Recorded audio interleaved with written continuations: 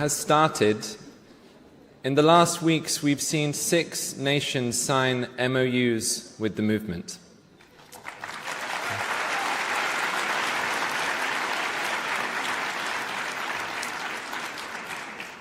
Since Sadhguru flagged off yesterday in London, there's been an overwhelming support across the globe for the Save Soil movement.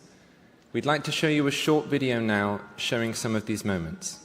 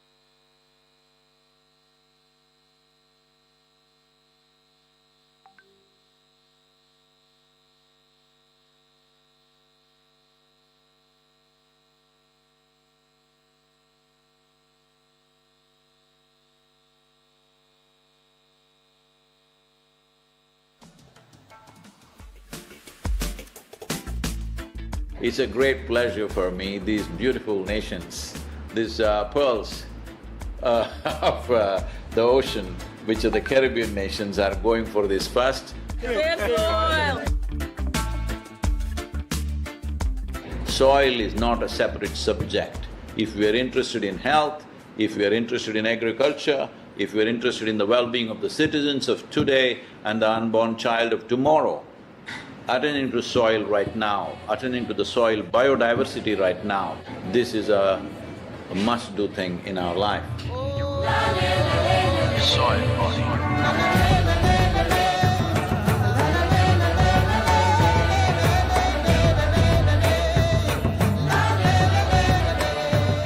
The only thing that we hated about you were you were on the opposite side always, but otherwise we couldn't help loving you.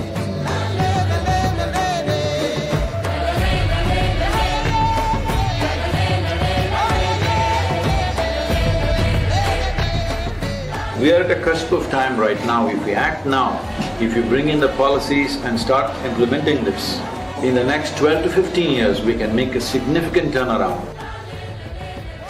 So this memorandum of understanding that we are signing, it will also bring some technical assistance to the Caribbean region.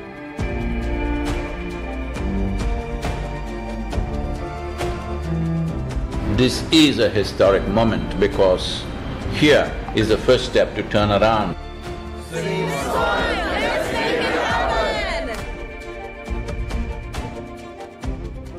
Sadhguru, welcome to the Daily Show. Wonderful. I know that we also are facing a soil crisis where some people are estimating that if we do nothing, in 50 years' time, we may not be able to grow anything because we may run out of soil, which, forgive my ignorance, I did not know that soil is even something that we could run out of.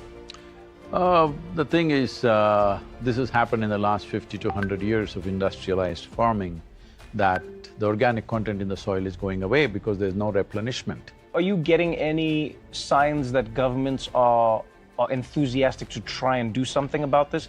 See, in the last 2 years, I've been talking to various country heads, various politicians, political parties. We have written to 730 political parties on the planet to make sure that they include soil and ecology as a part of their election manifestos, as their political philosophy. Whatever they believe in, right, left, center, whatever they are, soil is one thing which is a common factor for all of us. We're always looking at what divides us. It's time, if you don't understand the consciousness of this cosmos and stuff like that, at least you understand you come from the soil, you live off the soil, when you die you go back to the soil, that much you get it. So this is something that you're very concerned about, and rightly so, that there's a problem with the topsoil in America. 50% of the American farmers have not seen $1 in the last 12 years. And the highest suicide rate among all professions is among the farming community in the United States. I don't want to be that one who didn't care enough to do something which matters, because right now we are consuming the soil and food that belongs to the unborn child. This is a crime against humanity. I hear you. Let's make it happen. Let's make it happen.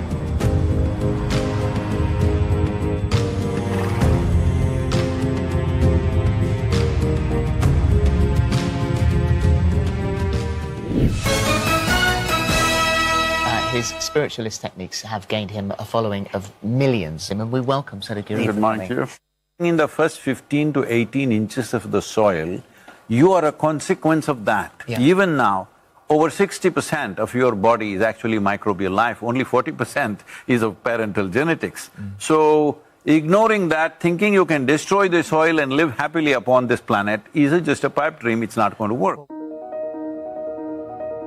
And you were interviewed by Trevor Noah, who's the darling of the left, and then you were interviewed by Joe Rogan, who's the beloved of the right recently.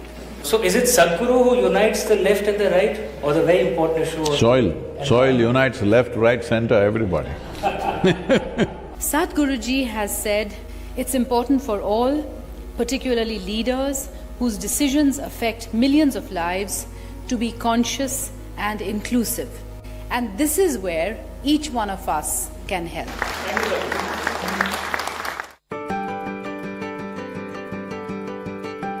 How are we going to make farming more respectable and more profitable as well? When I go to the farmer, we are only talking economics. How to enhance your income. And if you want next generation to go for agriculture, this is the only solution. That he must make more money than a lawyer or a doctor or a IT professional. Wish you a very successful, joyful, exhilarating journey. I will take care of the acceleration and joy myself. Yeah. What I need is, next 100 days from 21st of March, we want the whole world to talk about soil.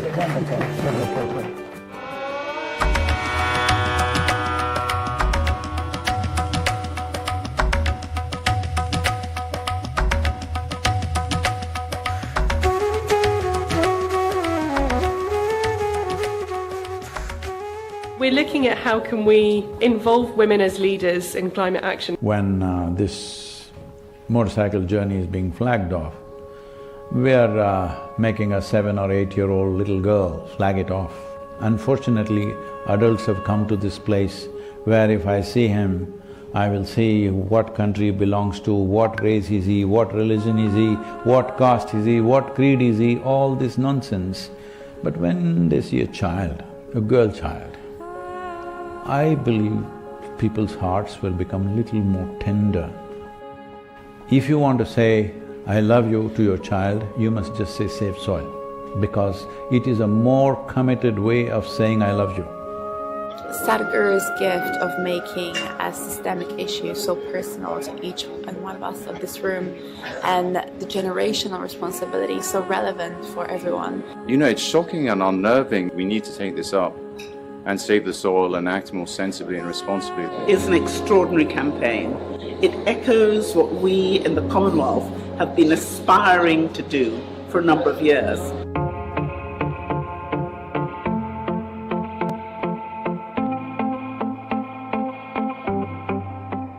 Heads. Heads. You win the toss. Batting or bowling? I want to go to the pavilion.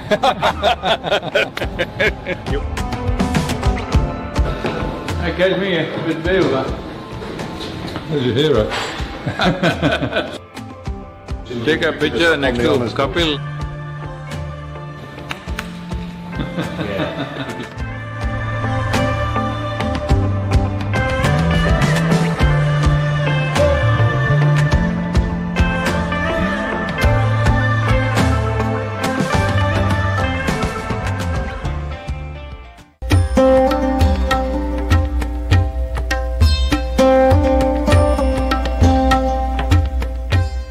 Sadhguru, it's a great pleasure to welcome you to London. You are probably one of the most famous Indians, and what you're doing today is really important because people like you who have a wonderful following of millions and millions of people, and what you're doing with that is so important with saving the soil. If only they could have seen this at COP26. So I think what you're doing is phenomenally important. You must write to the Prime Minister, save soil, okay? All the children say save soil.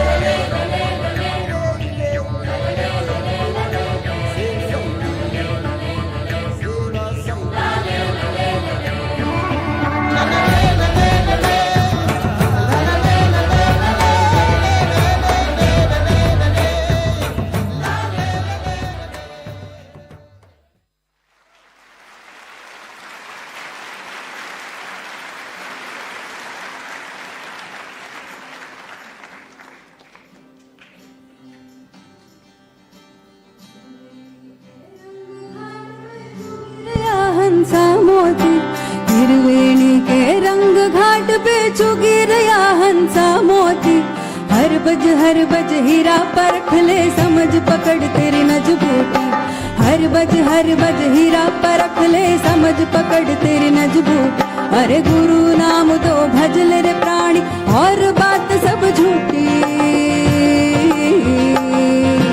हिरवेणी के रंग घाट पे चुगी रया हंसा मोती हिरवेणी के रंग घाट पे चुगी रया हंसा मोती हर बज हीरा परख ले समझ पकड़ तेरी नजबूती हर बज हीरा परख ले समझ पकड़ तेरी नजबूती अरे गुरु नाम तो भजल रे प्राणी और बात सब झूठी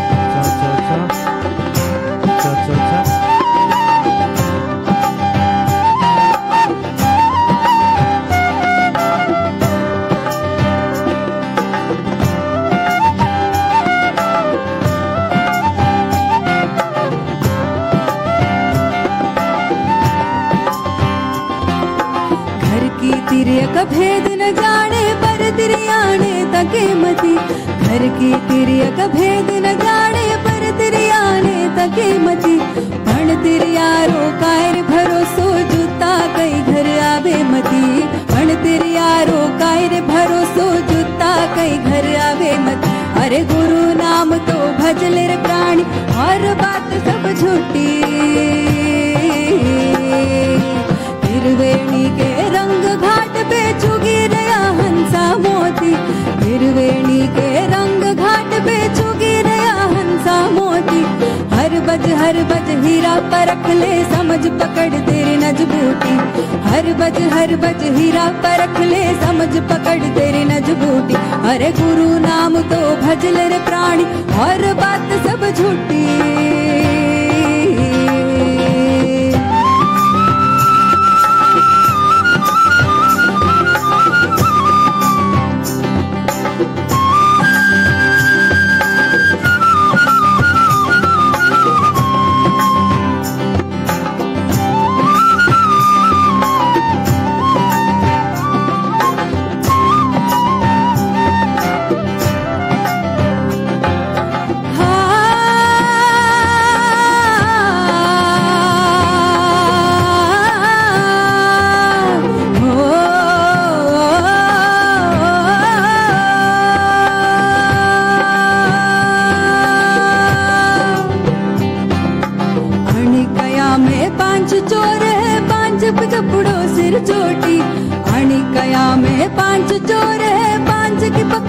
सिर चोटी पांच के मार 25 वर्ष कर ले जत जानू तरी नजबूती पांच के मार 25 वर्ष कर ले जत जानू तरी नजबूती अरे गुरु नाम तो भज ले रे प्राणी और बात सब झूठी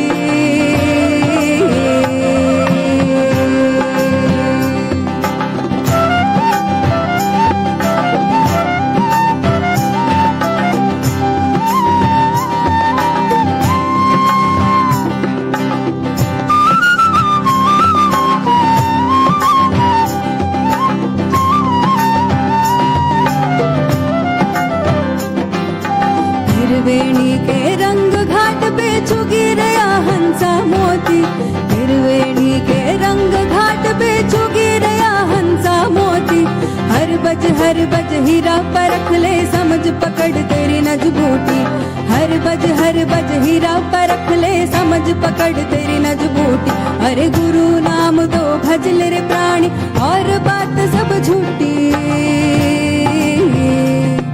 अरे गुरु नाम तो भज ले रे प्राणी और बात सब झूठी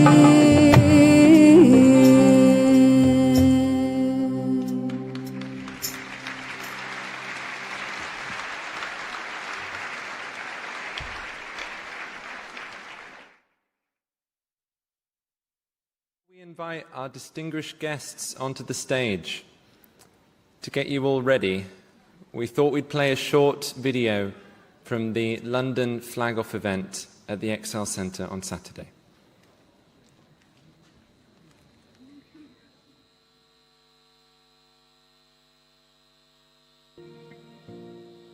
This many people, 6,000 people, with today's technology available, various platforms available, if you make up your mind, you yourself can reach 3 to 4 million people. Yes or no? So now, when you say such a big yes, now the question is only, will you do it or not? Will you make it happen? In case I don't make it, you must make it happen. The young people here should stand up and make it happen. It's not about the motorcycle, it's not about the journey, it's not about the song, it is about moving people on the planet. Make it happen, huh?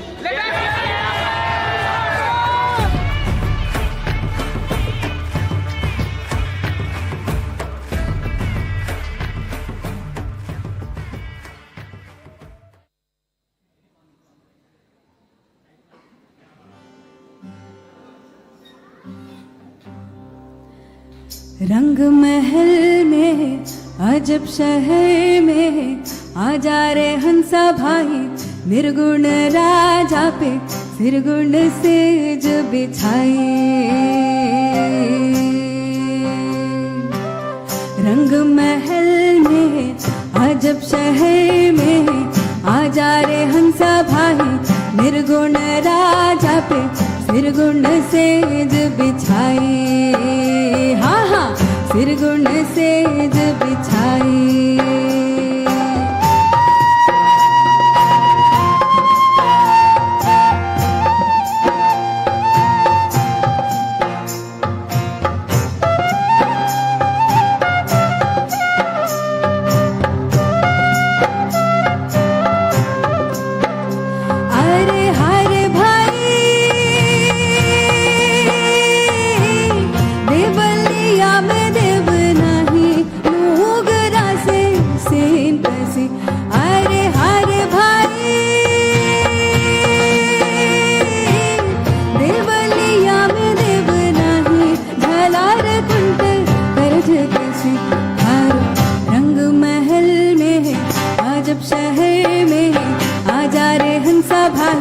निर्गुण राजा पे सिरगुण says बिछाई हाँ हाँ सिरगुण says बिछाई हारो रंग महल में है अजब शहर में है आजा रे हंसा भाई निर्गुण राजा पे सिरगुण सेज बिछाई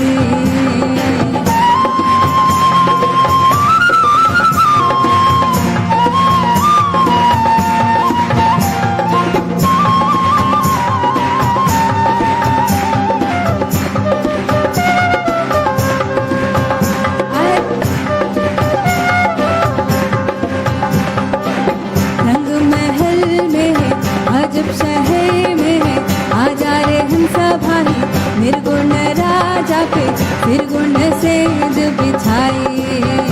अरे हर भाई अमृत प्याला भर पायो नुगरा से रात कसी। हारो रंग महल में अजब शहर में आ जा रे हंसा भाई निर्गुण राजा पे फिर गुण सेज बिछाई। हाँ हाँ फिर गुण सेज बिछाई। रंग महल में है अजब शहर में है आ जा रे हंसा भाई निर्गुण राजा पे फिर गुण सेज बिछाई।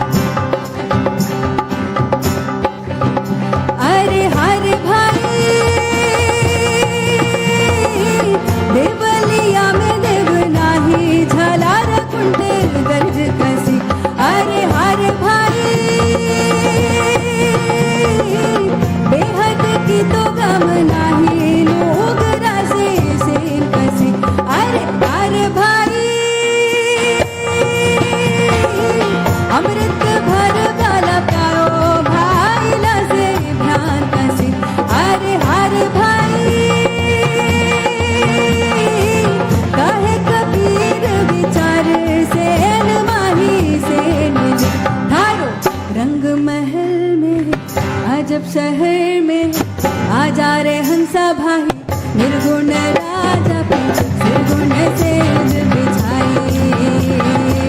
फिर गुण सेज बिछाई। हारो रंग महल में है आ जब शहर में है आ जा रे हंसा भाई निर्गुण राजा पे फिर गुण सेज बिछाई।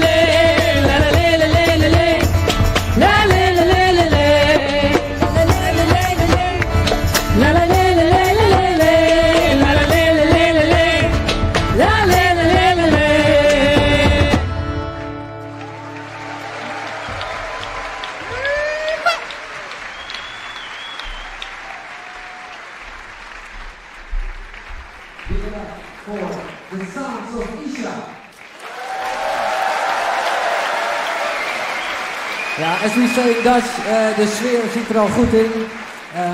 It's an honor for me to stand here. And I will first do this in Dutch. Heb je er een beetje zin in? Nee. Ik snap, het is even een tijdje geleden dat we events hebben gehad. Dus ik probeer het gewoon nog een keer. En ik zal het ook in Engels doen voor de mensen die daar behoefte aan hebben. Are you looking forward? Okay. Welcome on this, I can say conscious planet, a small little planet. We're right here. I see a lot of green, which is always a good sign. This is the Save Soul event in Amsterdam. And like I said, I'm delightful to be here. I'm Giel. I'm like a radio guy, and I'm hosting this podcast about, everything we're going to talk about this afternoon. It's called Kukuru, not with Sadhguru, of course, but it's Kukuru. And before I will welcome our guests, I'd like to highlight the significance of this event, why it is so important. And I think it's good, that's what I really like about this whole organization, that it's like a positive thing. It's not like, doomsday calling, the world's going to an end. Well, actually it is, but it's like a rallying call. There's like a big window of opportunity, and with everything we do, what we eat, what we drink, maybe even what we think, we can change and we can make it a better way. And that's why, well, the founding father of this organization, Sadhguru, well, you see it over here, like in 100 days, he will be on his motorcycle and he will get to, well, meet global leaders, influencers, citizens all over the world, just to raise awareness and, well, to restore a bit of the soil health. So my question is, are we with him? Are we with him? Yeah! Hallelujah! So, now is the time. Before I go further on and introduce a small video, I'd like to say this whole event is supported by the United Nations Convention to Combat Desertification, the World Food Programme, the International Union for Conservation of Nature, and a lot of other great organizations. And it's our aim to inspire and to invite people and unite people, like 3.5 billion people, because like I said, every action will affect in a good way or in a bad way. This is a fun fact.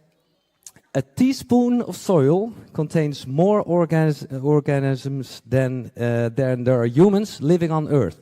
A teaspoon, yeah? But on the other hand, it's, well, will take about 500 years to actually form 1 inch of that topsoil. That's heavy to know, but it is. So, let us now watch a video that explains the science of the purpose of the campaign, Save Soil.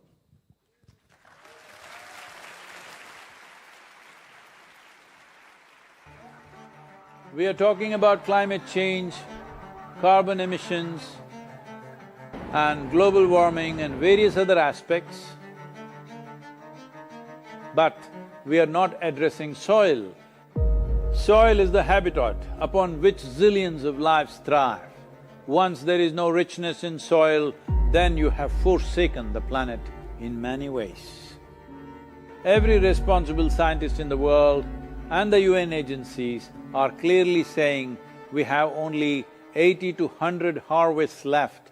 That means approximately 45 to 50 years of agricultural soil left on the planet. By 2045, we will be producing 40% less food than what we are producing right now, and our populations will be 9.3 billion people.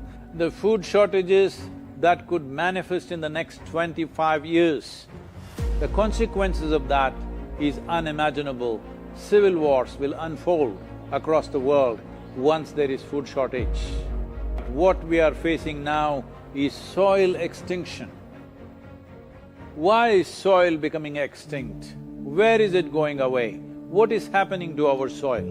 We must understand, if you add organic content to sand, sand will turn into soil. If you remove all organic content from the soil, soil will become sand. In normal agricultural soil, the minimum organic content should be between 3 to 6%. The most minimum is 3%. At least this minimum to keep the soil alive, to keep the soil as living soil is a must. Agricultural soils across the world, the depletion is so heavy. In most countries, more than 50% of the topsoil is already gone in the last 100 years. The nutrient levels have dropped significantly. The level of micronutrients you would get from your food in early 20th century to what you are getting from the same food now has dropped 90%. If you ate 1 orange in 1920s, what you got from it, now in 2020, if you have to get the same, you will have to eat 8 oranges. This is what we have done to our food. Soil is the biggest ecosystem on the planet, and so few people know anything about it. 1 teaspoon of healthy soil probably contains more microbes than there are people on Earth. The microbial life in the first 12 to 15 inches of topsoil is the basis of our existence. It is this magic beneath our feet which has produced the life that we are. This first 12 to 15 inches of soil is the basis of life for 87% of life on this planet, including you and me. we have to begin to recognize that what we call our soil, Mother Earth, is a living organism. Open soils, ripped open by ploughing, open to sunlight, is the basis of destruction of microbial life. So the focus should be on agriculture, the focus should be on seeing that land is under shade as much as possible, some kind of shade, grasses, herbs, bushes, trees. Conscious Planet is launching Save Soil movement to bring about a policy change to regenerate soil. As a part of this, I'm 65 and I'm riding 30,000 kilometers, a lone motorcycle journey, 30,000 kilometers across 24 nations to activate support from the citizenry to assure the governments long-term investments will be appreciated. So it's extremely important that soil regeneration is enshrined in the policy of every government on the planet. We must change the narrative on the planet that soil is a wealth, a legacy we have received from previous generations, and we have to pass it on as living soil for future generations. We are in a cusp of time. If you do the right things now, in the next 15 to 25 years, we can significantly turn this situation around and regenerate the soil. But if we allow this to progress like this for another 30 to 40 years, after 40 years if we attempt this, then it could take 150 to 200 years because that much loss of biodiversity would have happened. From 21st of March for 100 days, the whole world, every human being on the planet should talk soil. So we must hear the word soil, save soil everywhere to see that the narrative on the planet changes towards the most vital aspect of our life, the soil. Each one of you should reach as many people as you can to make this happen. Many global leaders and influencers are already participating in the movement. Be a part of this and let us make it happen. For my part, as much as I can contribute.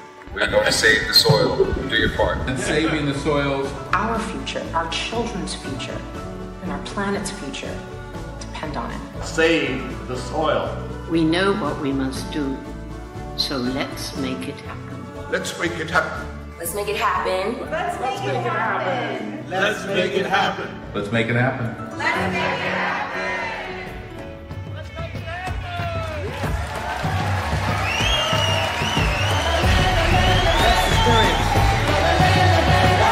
Let's make it happen. Before I'm going to introduce the two guests, we now warmly invite Her Excellency Mrs. Renat Sandhu, the Ambassador Designate of India to the Netherlands, to the stage. Mrs. Renat Sandhu.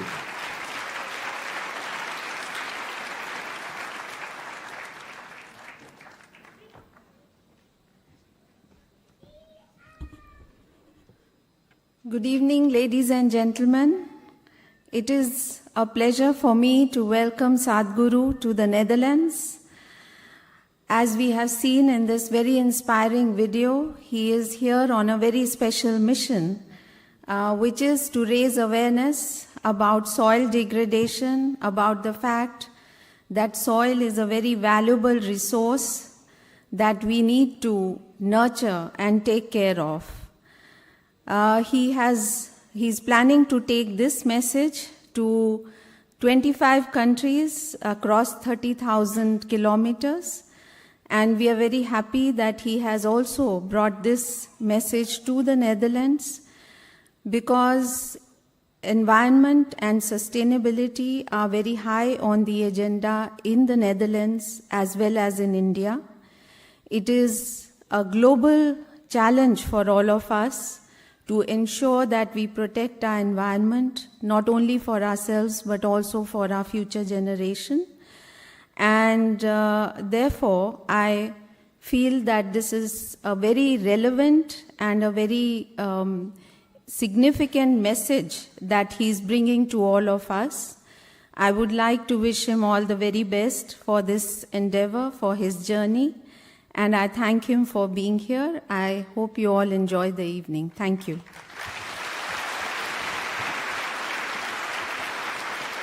Thank you so much. Thanks for being here. Okay, well, I will do it short because the next two people I hardly have to introduce because you know them all. Well, I would like to say, because I didn't know that, she is the ambassador for the Worldwide Fund for Nature. We all know her as an actress, as a singer maybe. For me as a radio guy, I'd like to share with you that she's also a radio host. Give it up for Carice van Houten.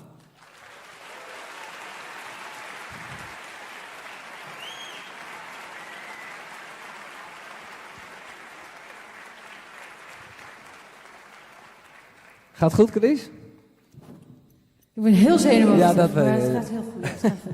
Ik ben in een goede presence. Oké. Maar ik vind wel, want mensen kunnen ook denken, oh ja, Carice die wil even shine of wat dan ook. Maar ik weet, jaren geleden, years ago, we talked about this thing you did in, I think it was Rwanda, with the gorillas. That, what I would like to say is you have a lot with nature. Yes, although I'm scared of a lot of animals. I shouldn't say that. I love animals, but I also can be a little scared. But I went to Rwanda and saw the mountain gorillas there, which I thought was I was a bit scared at the beginning. And then when I saw them, the tears just were streaming down my face because I was like, wait a minute, they were here way before me. I'm just visiting, and it was such a profound feeling to just be a guest in their natural environment, and yeah. Well, good to know you have a lot with nature. Carice van Houten, thanks for being here. And yeah, the other guest, it's, like I said before, an absolute honor to invite, well, the one that needs no introduction. I hope that he will love to share some of his pearls of wisdom. I know we all saw a lot of YouTube videos and other content of this great guy. Give it up for Sadhguru.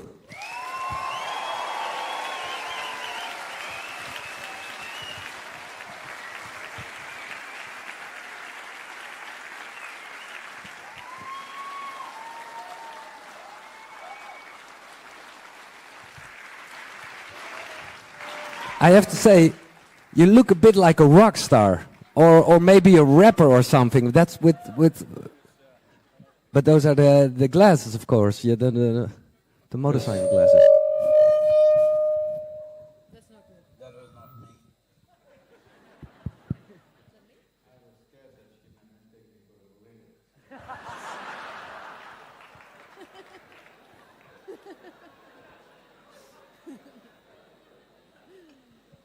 You're okay. You're okay.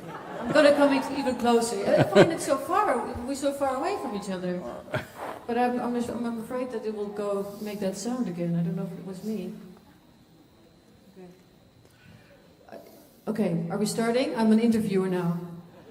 Okay, I've never done this in my life.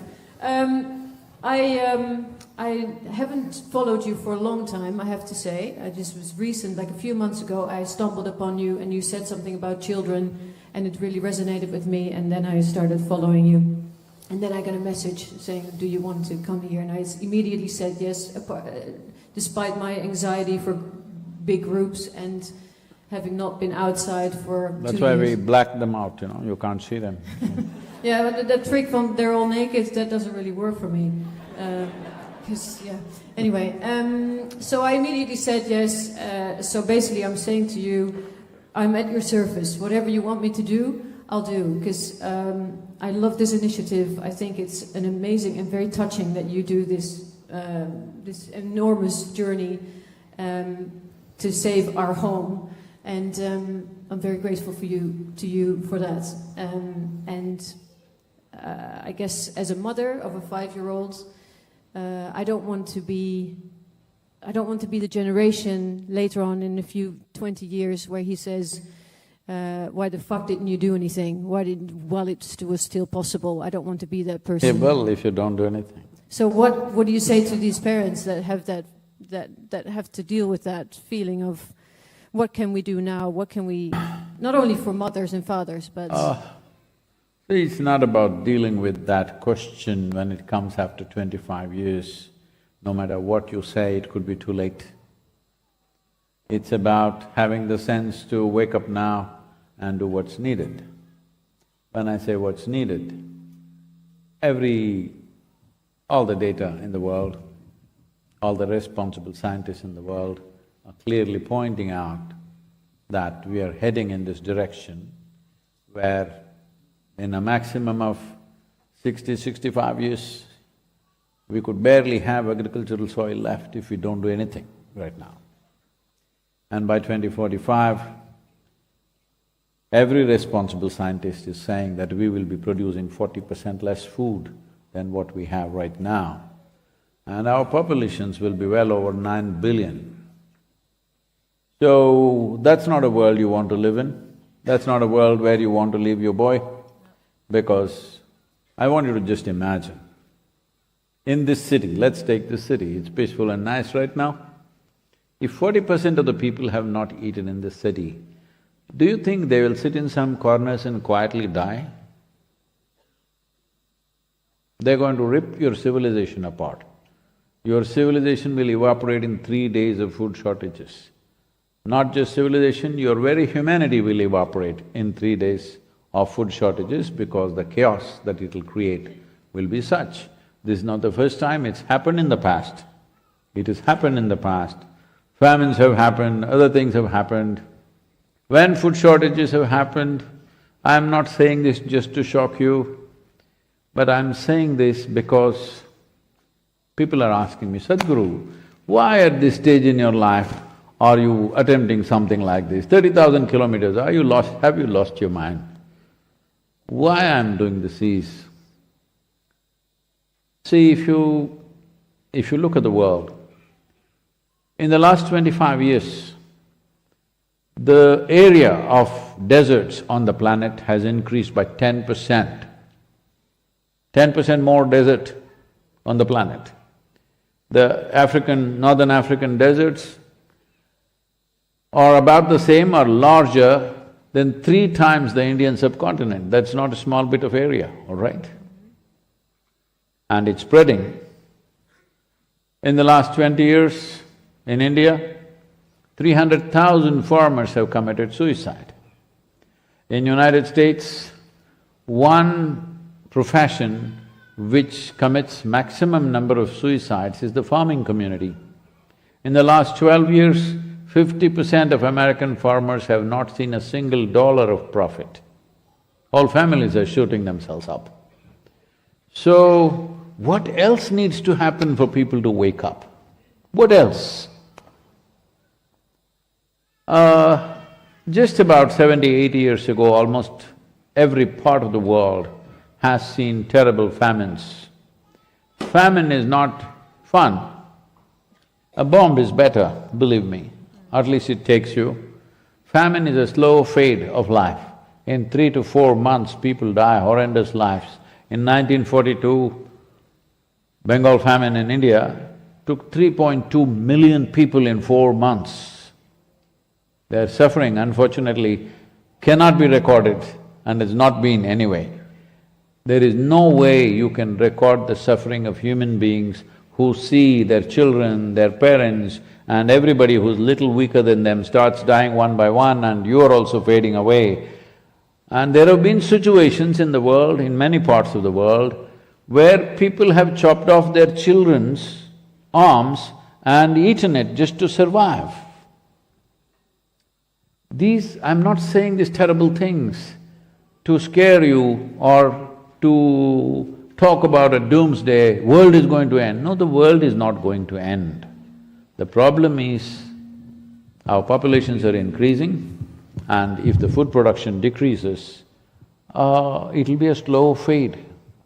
We always think it'll happen to somebody else, unfortunately. No, it can happen to any one of us.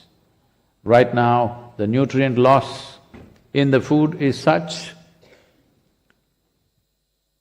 like World Health Organization is predicting that there will be a mental illness pandemic, I'm sorry.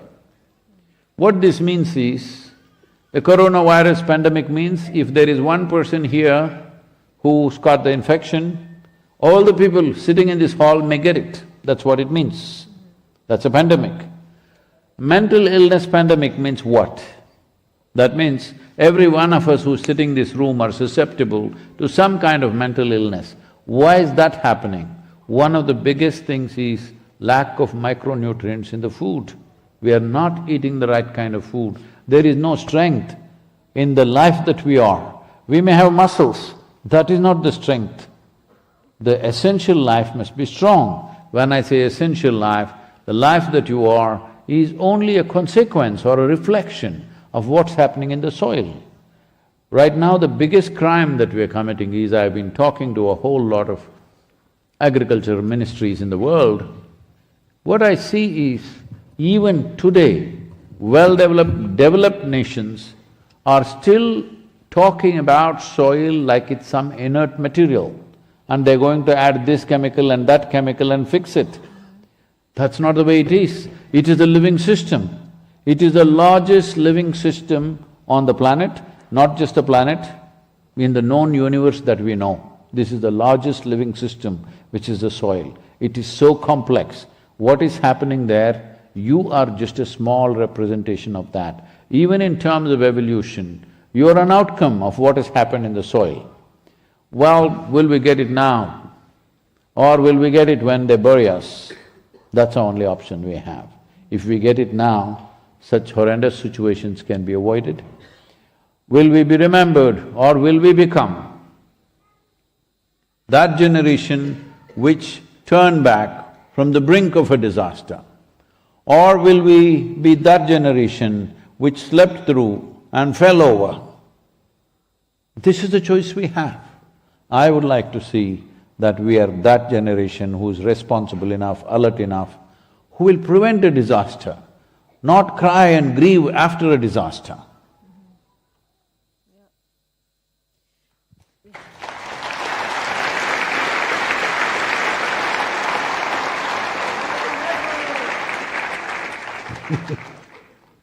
But how can we do that? What can we personally do? Like, what can I go home and what do I do? See, you go home and in the night you start fixing your garden instead of your hair. And also, there's… people are more worried about revitalizing their hair than revitalizing the soil. That is true. How can we wake them up? What needs to be done where everyone's so in their own bubble and worried about anything else? Somebody was telling me statistics that the amount that is spent on neurosciences, including brain surgeries and all that, it seems the hair care products are about 5 times more than that. Really? Wow. Yes. Oh. But okay. Hair, not the head, that's a policy. Yeah. Anyway, if you go and fix your garden today, that's very cute of you, we appreciate that. But that's not the solution. Because the problem is in the agricultural lands. 71% of the world's land is under agriculture. That's where the problem is. Why did the problem happen? How did it happen? See, if you take sand and put organic content into it, it will become soil.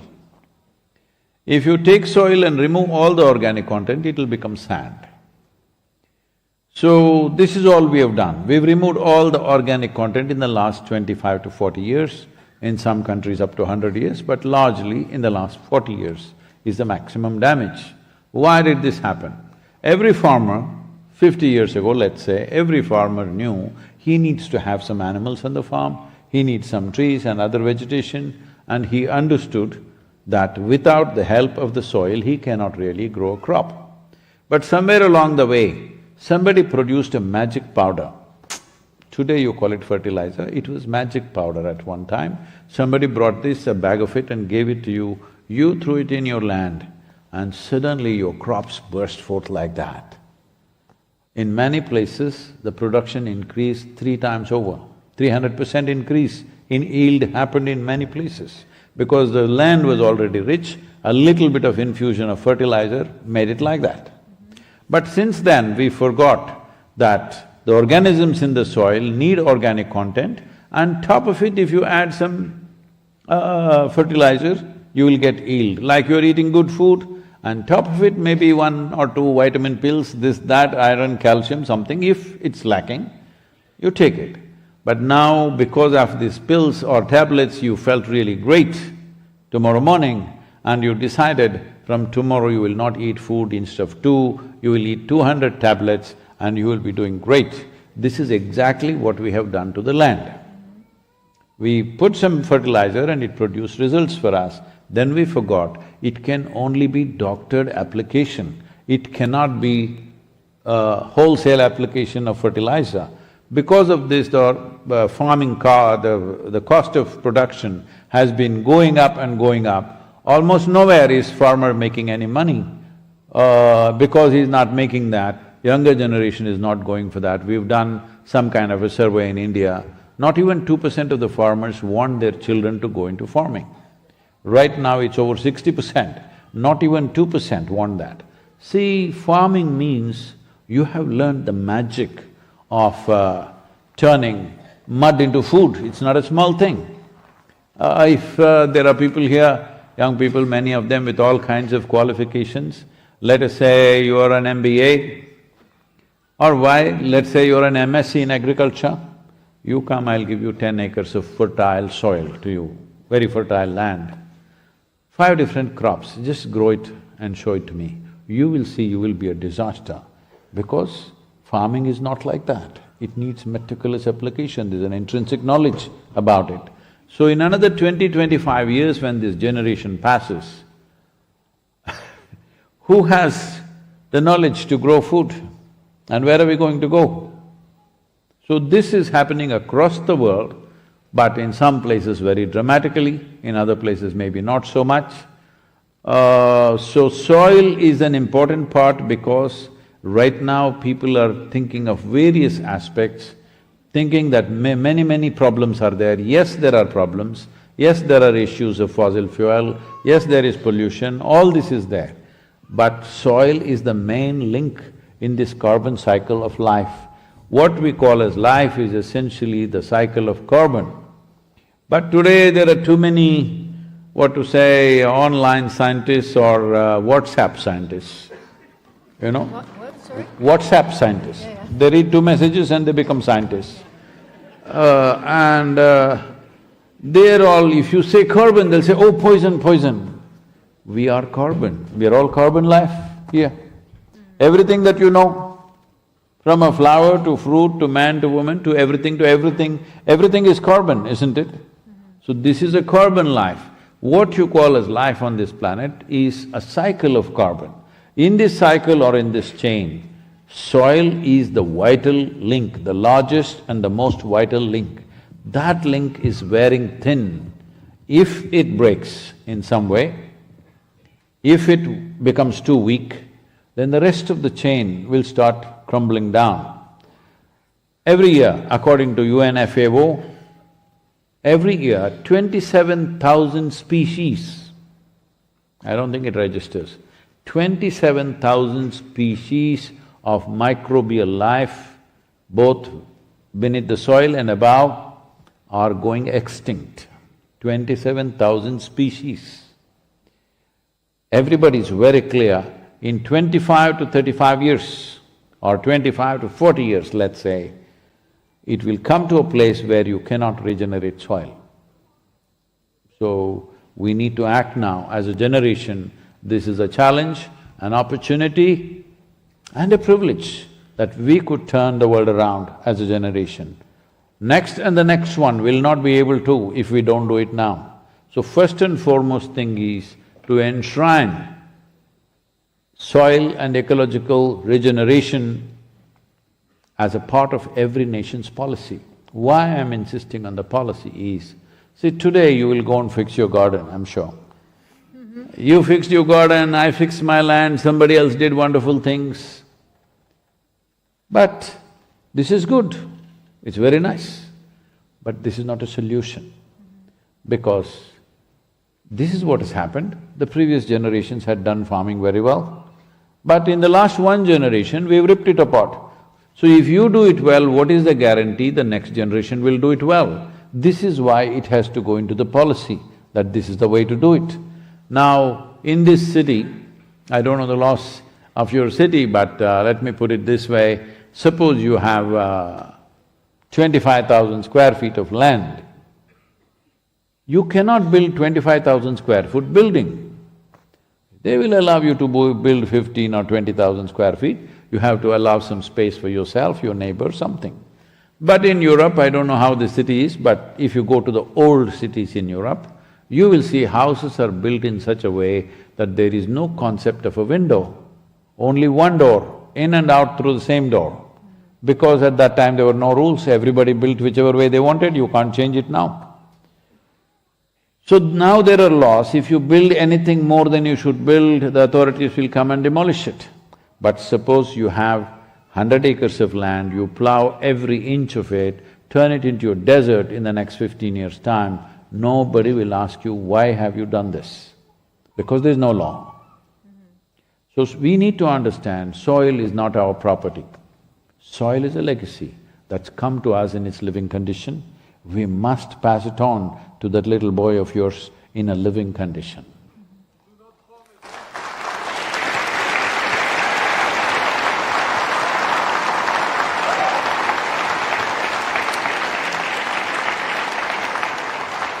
So the little girl is clapping and clapping, you better be careful. You can affect policy change in this country, that's why I'm telling you. Yeah, that's why I'm here. Yes. Yeah, exactly. So do it.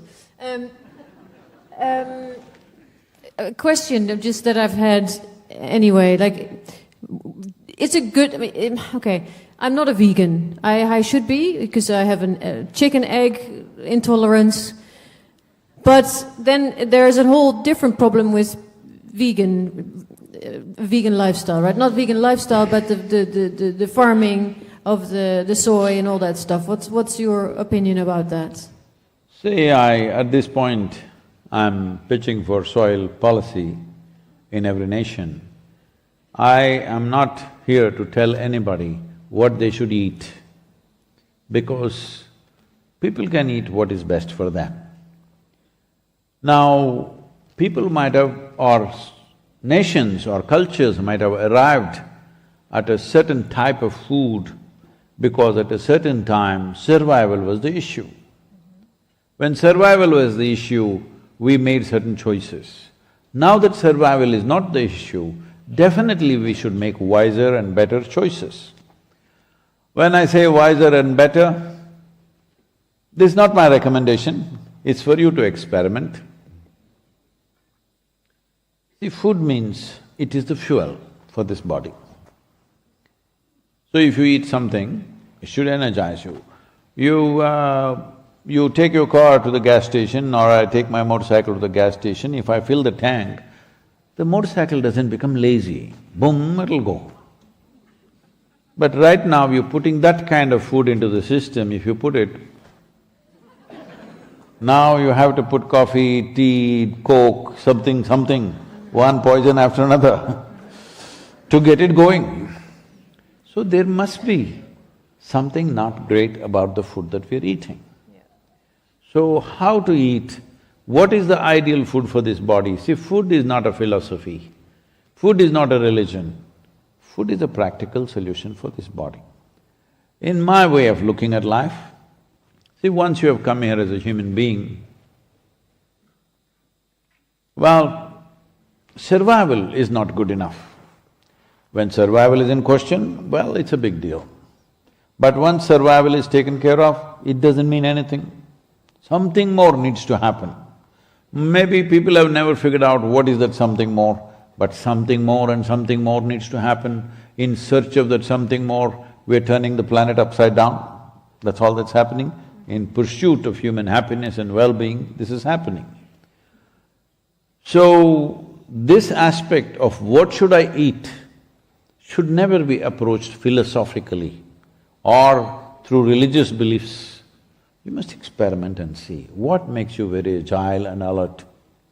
Because once you come as a human being, there are only two things to your life. One thing is the profoundness and pleasantness of experience.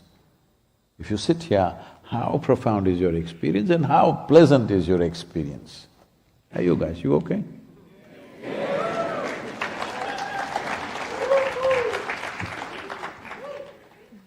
But when it comes to activity in the world, how impactful are you? That is the concern for everybody.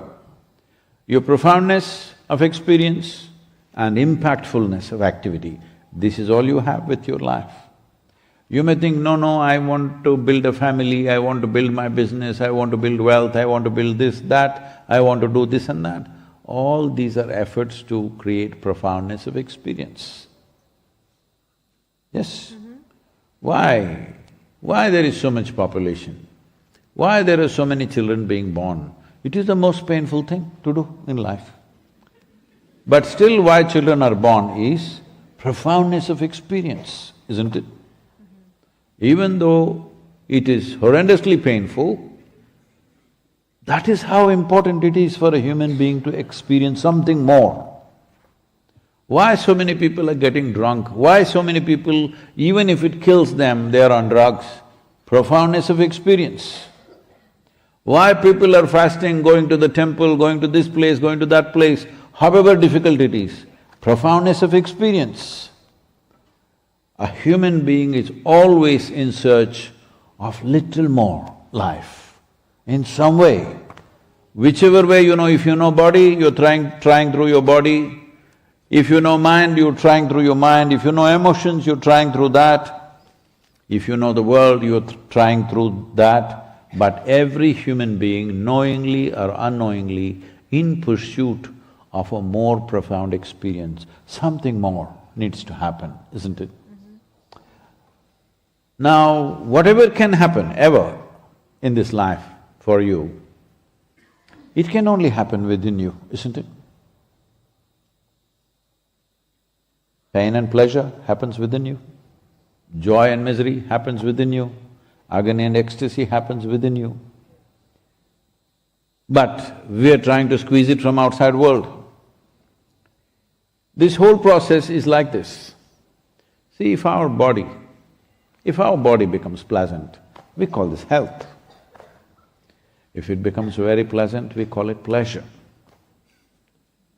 If our mind becomes pleasant, we call this peace. If it becomes very pleasant, we call it joy. If our emotions become pleasant, we call this love. If it becomes very pleasant, we call it compassion. If our very life energies become pleasant, we call this bliss. If it becomes very pleasant, we call it ecstasy. If our surroundings become pleasant, we call it success. Only to make your surroundings pleasant, you need the cooperation of the world and many other forces which are functioning in it. For pleasantness of body, pleasantness of mind, pleasantness of emotion and energy, it's 100% your business. Hello? I'm overwhelmed by wisdom, sorry.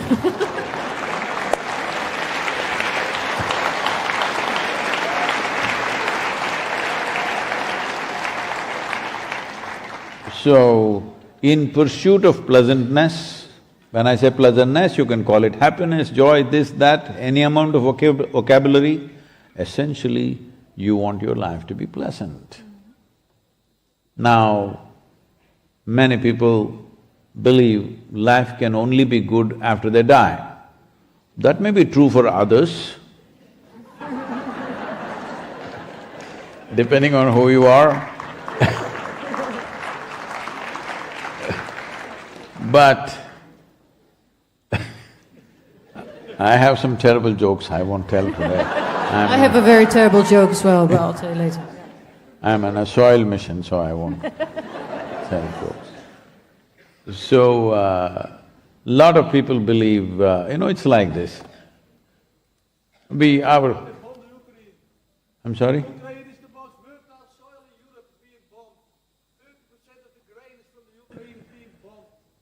Hello, sir, please. Hello? Hello, please, relax. It's okay. When people manufacture bombs and bullets, they have to, unfortunately, you must know this. This is why I said, you want to be a regretful generation or you want to be a responsible generation. We allow…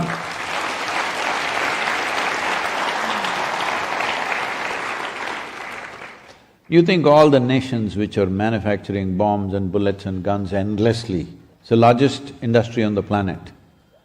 When they're doing all this, you think they were doing it for entertainment? Hello? For entertainment, just to store it up and show it to you, they were preparing all these missiles and bombs. They are going to use it somewhere, one or the other. They are going to use it. After World War II, which was such a horrendous experience in this part of the world, everybody felt or everybody believed with the League of Nations and United Nations, never again there's going to be another war. Since then, have we stopped one day? We've been fighting and fighting somewhere. Everybody has a good reason to fight. We thought when we crossed 2000, we thought 21st century is a new century, technological century, knowledge century, here we are not going to fight. How many wars since 2000? How many nations have been destroyed? Well, you need to understand, if you do not address it when it is building up, after it breaks loose, what to do? What do you do? You can sit here and shout, you can sit here and cry, but it's not going to stop. We as human beings, why so much destructive power is being built on the planet? Is this needed for us? Should we not address this in our nations, wherever we are? Well, it may not be in your power to suddenly diffuse it, but have we even thought about it? Are we thinking about it? Are we looking how at least in the next 50 years or 100 years such things don't happen? No, we're building it up and building it up. First thing is a moratorium or a ban on using new technologies for war efforts, at least that you must stop, isn't it?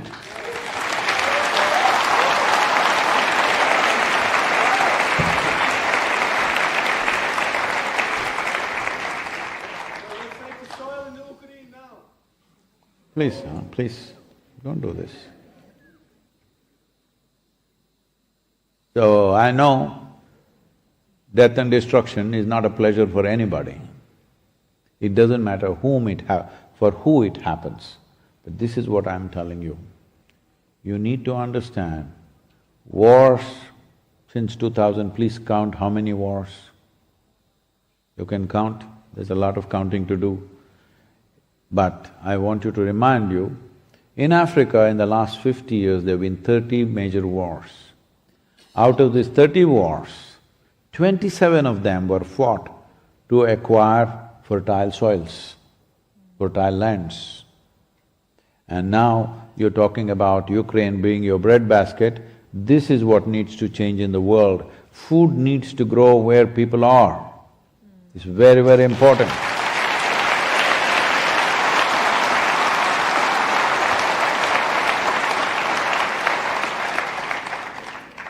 Otherwise, in one way or the other, it'll be exploited at some point. Above all, the most important thing is, right now as a generation of people, we are largely, whatever kind of democracies, we are some kind of democracy across the world largely. What this means is, people are the power. It has not happened. These soil aspects have not happened. Yesterday or day before when I was in London, Lord Bilimoria was saying, there's a candid video of him speaking, he was saying that he was at the COP26 for 1.5 weeks out of 2 weeks and addressed more than 30 gatherings there, 30 events he spoke. He said, I did not hear the word soil in COP26. This is his statement. Why are we avoiding it? When 40% of the global warming is because of soil, why is it we are not talking about it? All of you young people must research and see why. There must be some good reason, isn't it? Why are we avoiding it? But at the same time, in the last 2 years, I've been talking to various scientists across the world, decision makers, officers in various positions, agriculture ministries. Just everybody knows soil is the serious problem on the planet. And largely everybody knows what is the direction of the solution. They may not know the details of the solution, but most people know the direction in which it needs to go. So when I look at it, 2 years, wherever I speak, everybody says, yes, Sadhguru, this is the most important, Sadhguru, this needs to happen, please do it, Sadhguru. And I just thought, everybody knew what's the problem and everybody knows generally what is the solution. It looks like they were just waiting for an idiot to bell the cat, and here I am.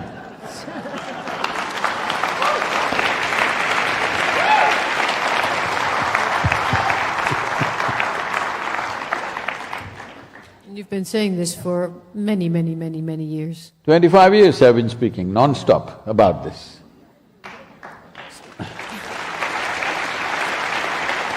So I guess that's the good thing about technology and internet and… yes, that is a good thing. We can use that. People keep asking me, Sadhguru, why? Why are you doing this now? Why such a risk you're taking for yourself? Yes, people were asking me, Sadhguru, why are you wearing sunglasses inside? I said, this is my invitation to the sun. Through northern Europe, I will wear sunglasses through day and night, so that sun is out every day. Because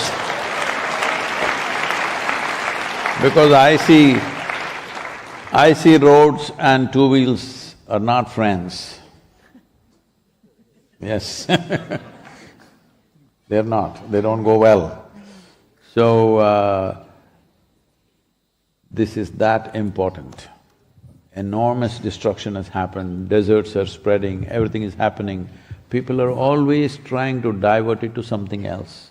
I am not saying people of Ukraine are not important. Every people are important, whatever kind they are, wherever they are. Every life is important, every grasshopper is important, every earthworm is important. Every life, every bird, every plant, every microbial life is important. So important that without us, the planet will flourish. Without them, there cannot be anything growing here, all right?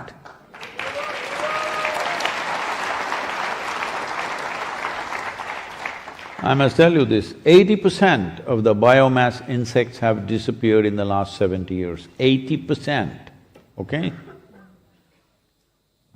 67% of vertebrate life on this planet is gone. Over 92% of freshwater life is gone. What is our plan? What is our plan? We need to understand this. We may be top of the pile in terms of evolutionary development, but if all of us disappear, planet will flourish. If all of them disappear, planet will wither away in many ways. So, I was flying a helicopter in Tennessee, a small little craft, which is not the proper ones. So, weather was good and so we pulled out the doors. The small helicopters, you can take out the doors. We took out the doors and we went up. Then, most of you know this, every 1,000 feet that you go, a drop of, 1 degree centigrade will happen. We just at like 5,500 feet. But we got a cold, a cold wave kind of thing, and suddenly it was freezing cold up there. So even holding the controls was tough, so we thought we'll come down. As we're coming down, we were just talking, suppose the sun doesn't come up tomorrow, what'll happen? And then we started guessing, maybe in another 6 months this will happen, that will happen, maybe you don't have to make ice creams, you can make it anywhere on the street, and some nonsense, we were talking like this. Then I came down and I just looked it up. And it says, in 18 hours, if sun doesn't come up or sun disappears, in 18 hours' time, almost everything that you know as life on this planet will be gone. 18 hours. And I just looked this further. If all the insects die on this planet, in about 2.5 to 4 years, all life on the planet will go away. If all the worms disappear, In 1.5 to 2 years' time, all the life on this planet will go away. Worms. If the microbial life goes away completely, planet will end within a few hours. Because 60% of your body itself is microbes, only 40% is, parental genetics. I will tell this to your boy. Because then he will say, Mom, you're just 20%, you don't tell me all this.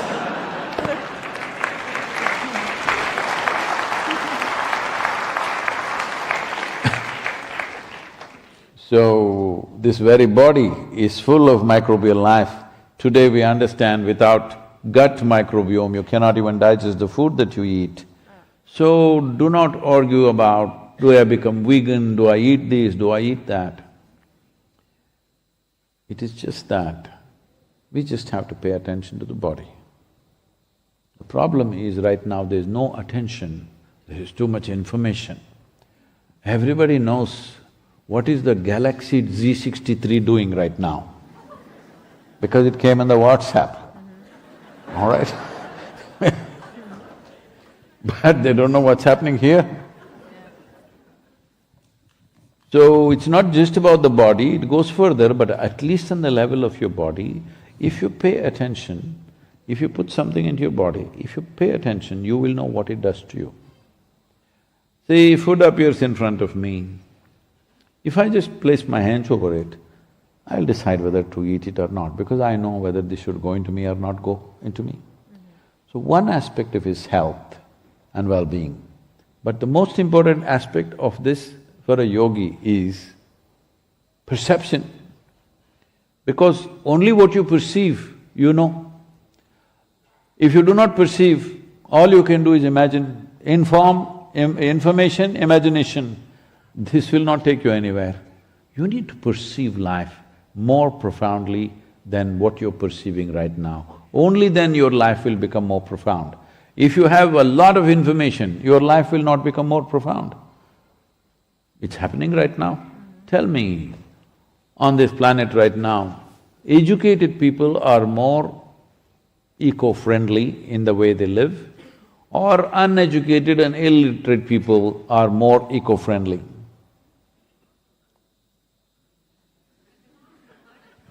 You're asking me? We are the ones who are talking to each other. No.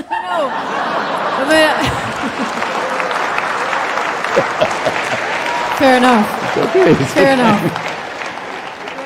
No. I said it's okay, I'm just… Okay. Is this a sign? Yeah, Saved by the Bell. I'm sure there's other people in this room that have very intelligent questions. Should we invite them? Yeah? You're the boss, Okay, I'm the boss. Does anyone have an intelligent question, or just a question at all? Yeah, this man in front. Please take the microphone.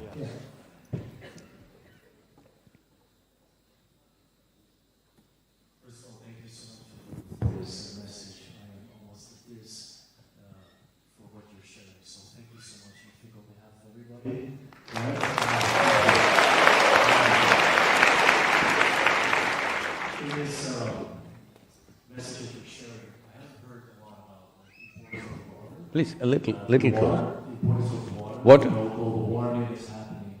We know how much important it has been that we water the soil that you're so passionate about and we're sharing here. But why is that not talked about as much, and how can we incorporate it to do even better? Thank you. So, is water, air important? Yes. See, it's like this. If you don't eat for 8 to 10 days, you could start dying. If you do not drink water for 6 to 7 days, you could be dead. But if you do not breathe for 2 minutes, you could be dead. Hello? So what is the priority? Air, water, soil. Food is soil, water is water, air is breath. But it's very wrong to look at them separately, because it's one cycle. one tremendous life energy happening there.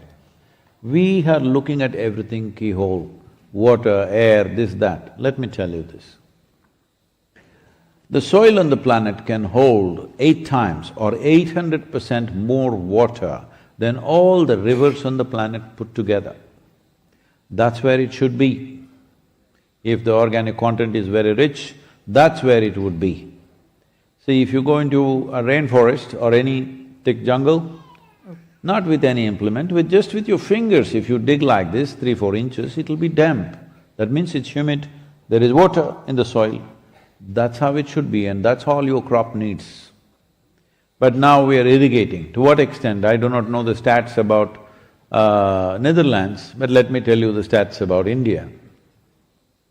India is using 84% of its groundwater and every other surface water we have for agriculture to feed 1.3 billion people.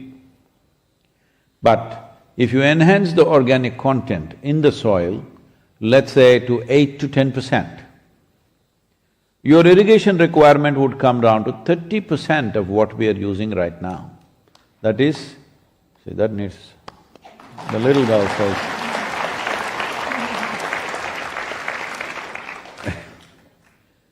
if you're using 100 liters of water, it can come down to 30 liters. Or if you raise the organic content to 12 to 15%, your irrigation requirement will come down to 10 to 15%. That is, 100 liters could be shrunk to 15 liters. Anyway, water is not a problem because water is not gone anywhere. 1,000 years ago, how much water we had in this planet, we still have. Or do you think some water escaped to Mars or Venus or something? Nothing like that happened. Water is still here. It is just may not be where you need it right now. It's somewhere else, because water can exist in all the 3 states. It is here, there, somewhere else, not where you want. Or you're in the wrong place. Any one of them. So, this has been going on, in India there is a whole movement of people wanting to divert the Indian rivers and connect them and grow paddy and rice everywhere they want. Sugarcane, paddy, they want to grow wherever they want. I have been warning them for last 30 years. This government is little listening and controlled that aspiration, otherwise many governments won elections based on that promise, we will bring Ganga water to Kaveri. That means that which is flowing in the northern India, we'll bring that water all the way to southern India. You can grow as much rice as you want and reproduce as much as you want. Well, I will tell you, in a tropical country where average temperature in India is around 33 degrees, at that temperature, if water travels 100 kilometers, the evaporation rate is over 70%. And tropical lands are thirsty. The leakages in the canals will take away the rest. And if you link these rivers are so fantastic, they may be just 50 kilometers away, but their whole ecosystem is different. The animal life in that is very different. There are dolphins in our rivers, freshwater dolphins, okay? Nowhere else in the world probably it's there, but that's only in one river. If you connect that river and this river, don't think dolphins will be everywhere. There'll be no dolphin left. That's what will happen. So, and above all, there is… because India is a peninsula like this, these rivers should flow into the ocean, at least substantial quantity. Because if I say 50%, nobody will listen. Just I'm requesting at least 25% must flow to the ocean. I have been talking to various chief ministers, most of our rivers are east-flowing. West-flowing rivers, because the mountains are close to the western border or western coast, they quickly get into the ocean, you can't do anything about it, most of them, they just get into the ocean quickly. The east-flowing rivers flow across the country. Now every state wants to use the water, they're openly saying, leaders openly saying, I will make sure not a drop is wasted in the ocean. Well, water going into the ocean is not a waste because in this peninsula there is a buffer of mixed water, of fresh water and marine water. That buffer is very vital. Wherever we have lost that buffer, it has already happened, marine ingress happens, that is, salt water will enter the land. Looking at the terrain and the rock structure of India, up to 100 kilometers inside it can enter. Our coastline is 7,400 kilometers. 100 kilometers inside means 7,000 into 100, 7,400 into 100, literally 1/3 of the nation will be lost to marine ingress. But we want to use every drop of water because stupid human beings believe the whole world is about them.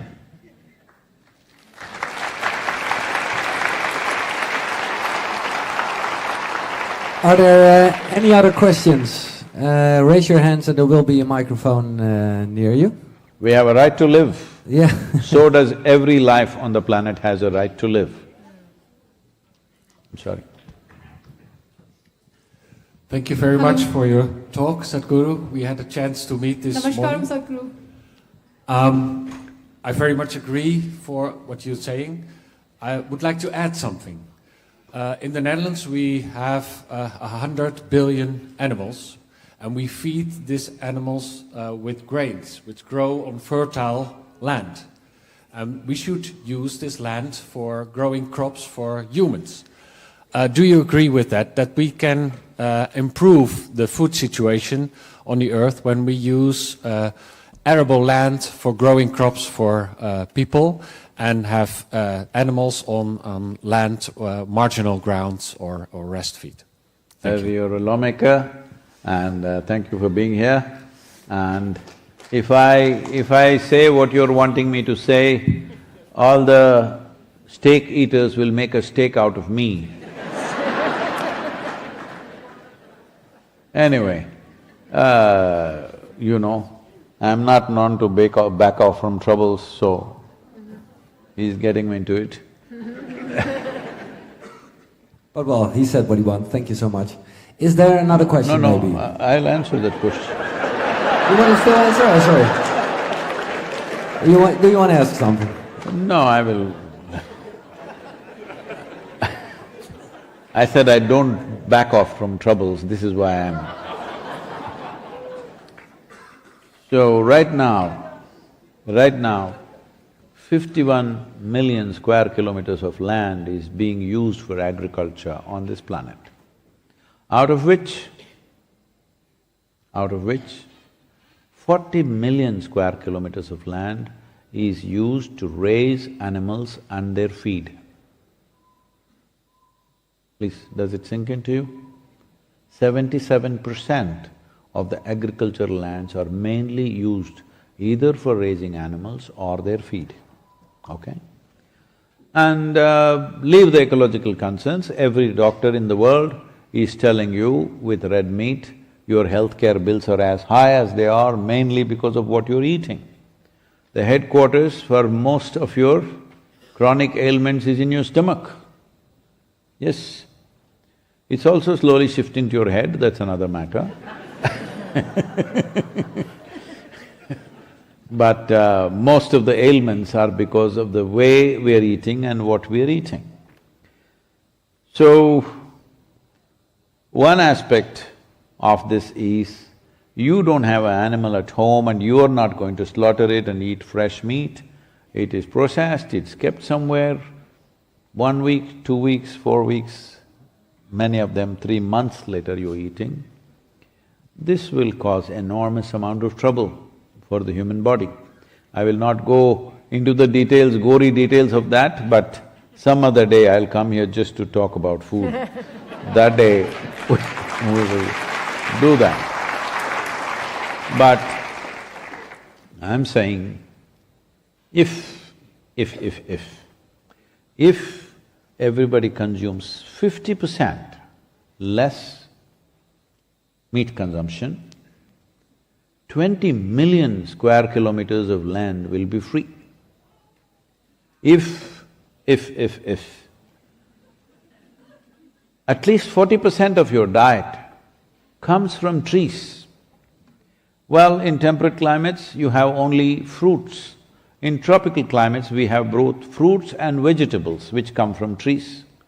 So if 40% of your diet comes from trees, you will see your healthcare bills will come down minimum by 50 to 70% of the nation and of the individual. Right now, for example, the most affluent nation on the planet, United States, spends 3.2 or 3.25 trillion dollars as healthcare for 350 million people. India's economy is not yet that much, it's somewhere close to that, but for 1.3 billion people. So why is it… See, affluence means this. Why does an individual person seek affluence, or why does a society seek affluence? Initially, it is a question of nourishment. See, if you are getting… what's your currency? Currency? Euros. Euro, okay, I'm sorry. So let us say you're earning only 10 euros per day. I know you don't, but I'm just saying. You're earning 10 euros per day and you are eating just whatever meagerly meals that were there. Then your dream is, if I earn 20 euros per day, I can eat better. This is an aspiration within the human being. So initially, it is a question of better nourishment. Later, it is a question of variety of lifestyles that people choose. This is why affluence is sought after both by individuals, societies and nations. So the most affluent nation on the planet, which has a whole variety of choices of nourishment and enormous choices about lifestyle, spends $3.25 trillion on healthcare for 350 million people. That is a statement on what you're eating.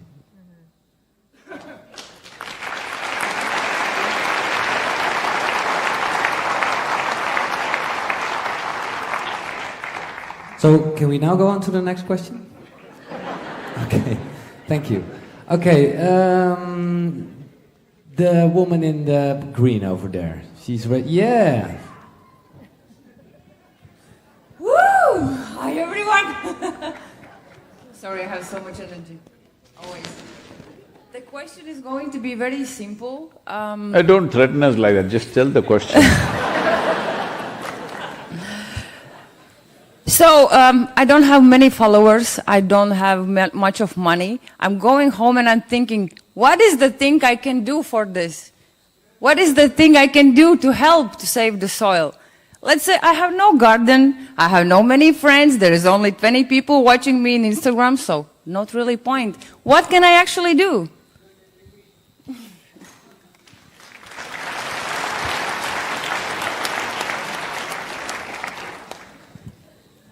You said you have so much energy.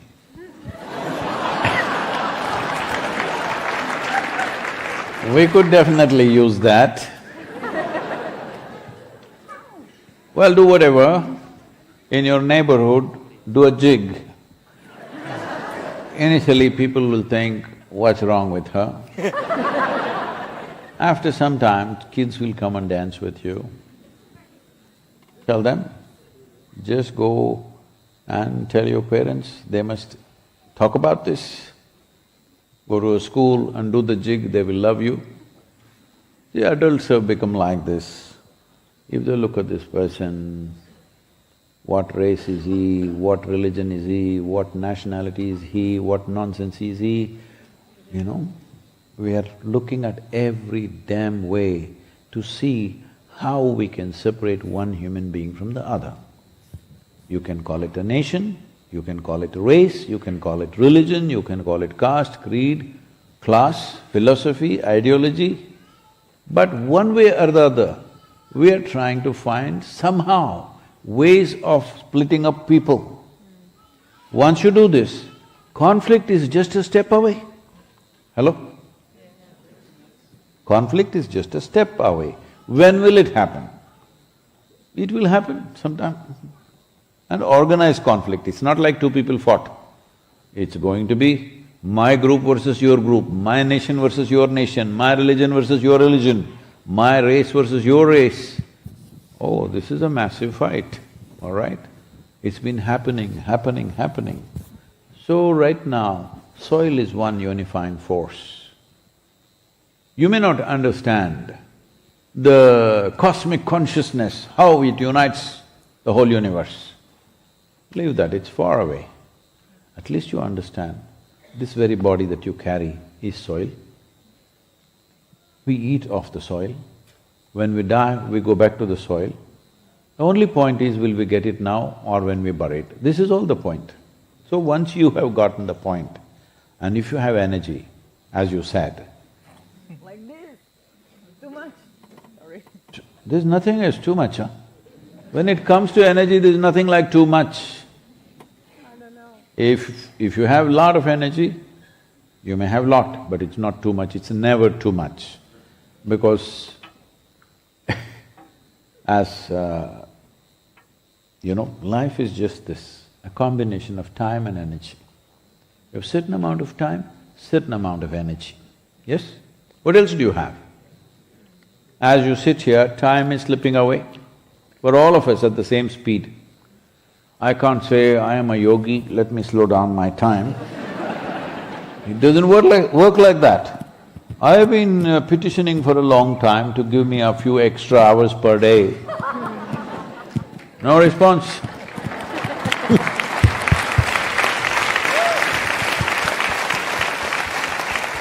Only 24 hours, and it goes at the same speed. In your experience, you can slow it down or hasten it. See, on a certain day, you're very joyful. 24 hours went off like a moment. Another day you're a little depressed.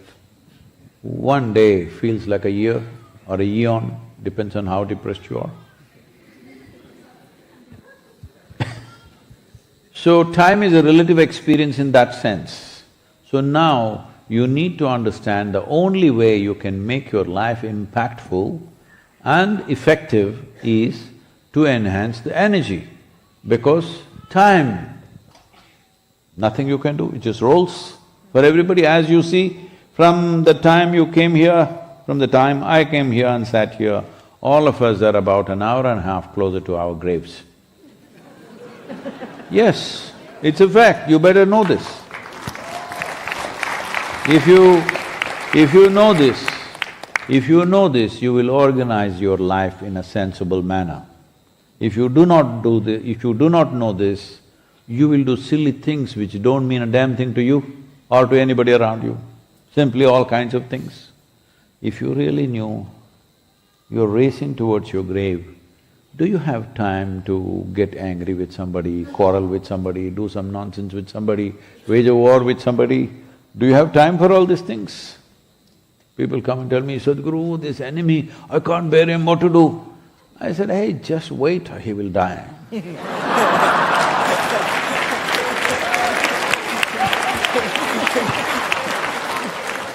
You don't have to do anything, you just wait, either he will die or you will die. Both ways the problem will be solved. So now you have lot of energy, time is very limited. So how to employ it?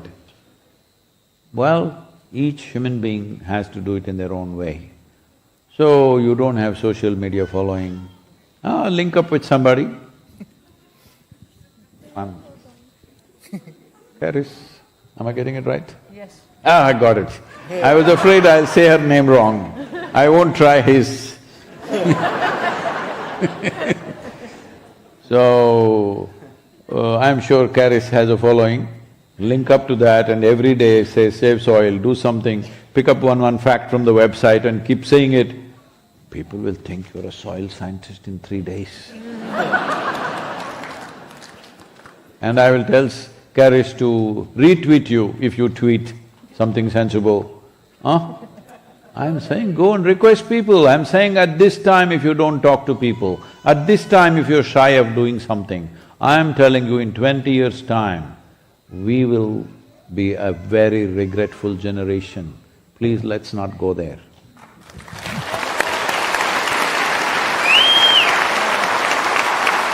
It would make you also a very sad guru, right? No. That's my joke, that was my joke, I wanted to put That's not a joke. I wanted to die that almost… That's not a joke. That was the Are bad you a joke. sad guru?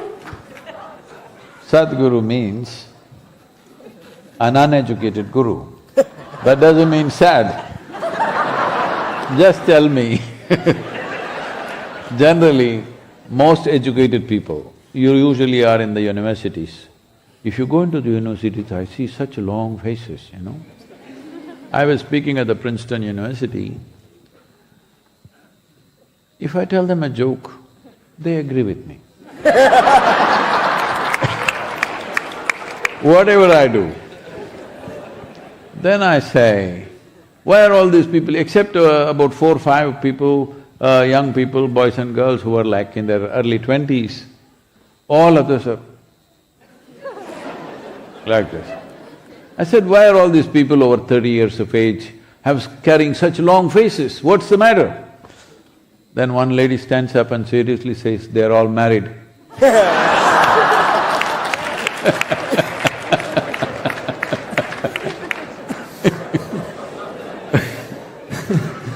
Okay, I think it's about time for maybe the last or maybe 2 questions. That depends on the length of your answer, so I think it will be the last question.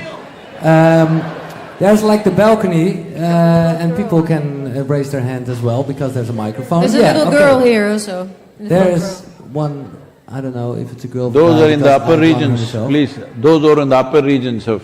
Yeah. There's a little 5-year-old here. The mic is coming. Please. We give the mic to her? Yeah, but first let her do the question. Yeah, I don't know if this is gonna interfere. No, it won't. Oh, no.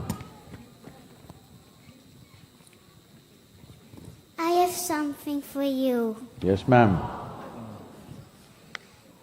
I have this for you. What to do? I have to try and take this, right?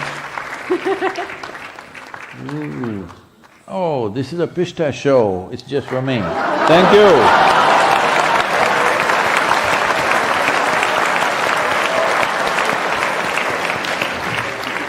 Thank you very much. Thank you. How did you know I need some nourishment right now?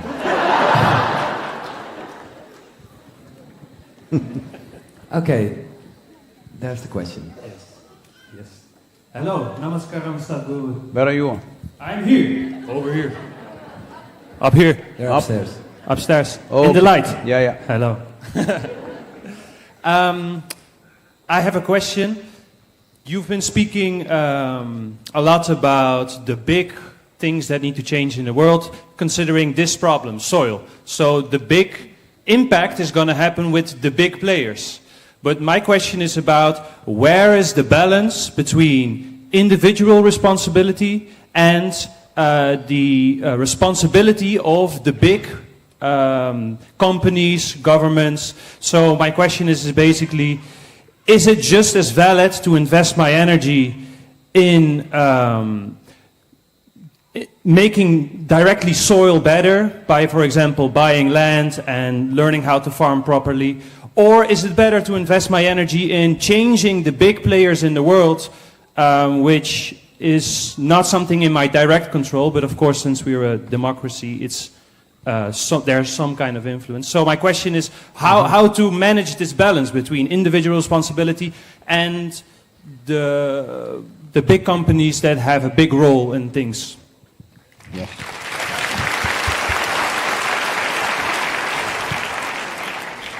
If that lock is about locking up your heart, you must unlock that, you know. This one. This is the Dialinga pendant. So I'm not on lock, I'm open, I'm free. That's good. So,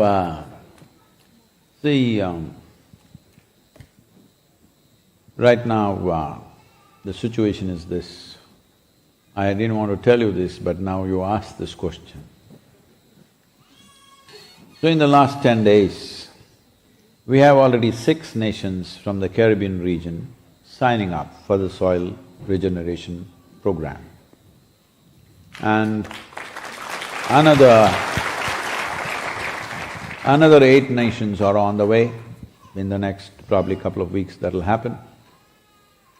And just in the last 24 hours, we have the Commonwealth nations coming on board, Commonwealth, the Office of the Commonwealth has come forward and said they will enroll into this process of soil regeneration. There are 54 nations in this Commonwealth, and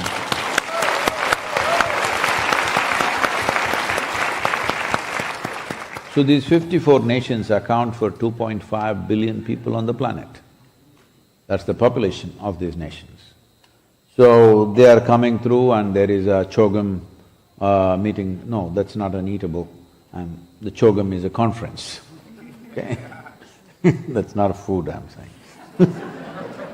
Sounds like that.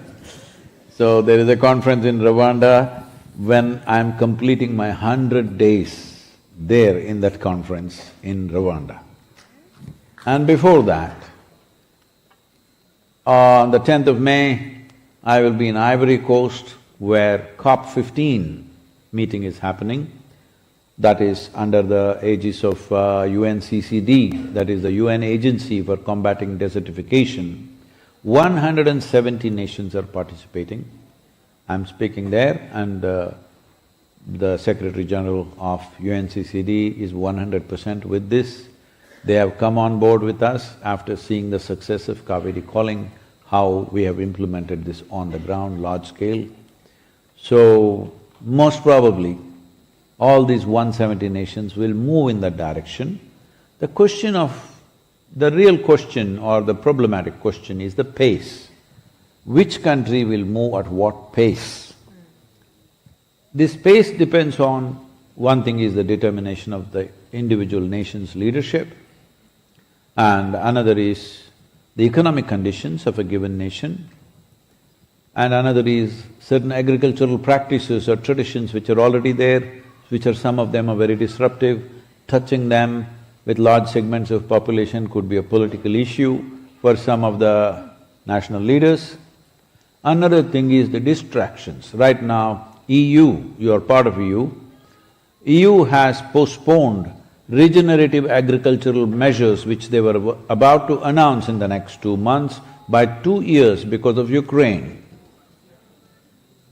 Well, Ukraine, unfortunately, what's happening is happening. You don't have to stop this, but now this is postponed because in many ways, this is all it takes. A little distraction, and we will postpone vital actions that are needed on the planet. Continuously this has been happening, not today, it's been happening for 20-30 years. Every nation, just one excuse, they will postpone it. One excuse, they will postpone it. I think the people who live here must put a little pressure that you don't have to postpone it by 2 years because there is an Ukrainian war. Yes, it's an unfortunate situation, but that's got nothing to do with this. We are still eating, we are still breathing, hello? We are doing everything else, but vital things that we need to do, we won't do. We must do, it's very important. Especially now that a lot of food was coming from that country, and now because of that war and disruption, maybe I don't know how many years it will take for that country to recoup, because I'll forgive 20th century because 20th century was full of blundering idiots, they had 2 world wars and endless number of wars all over the world. We thought 21st century will be free from that.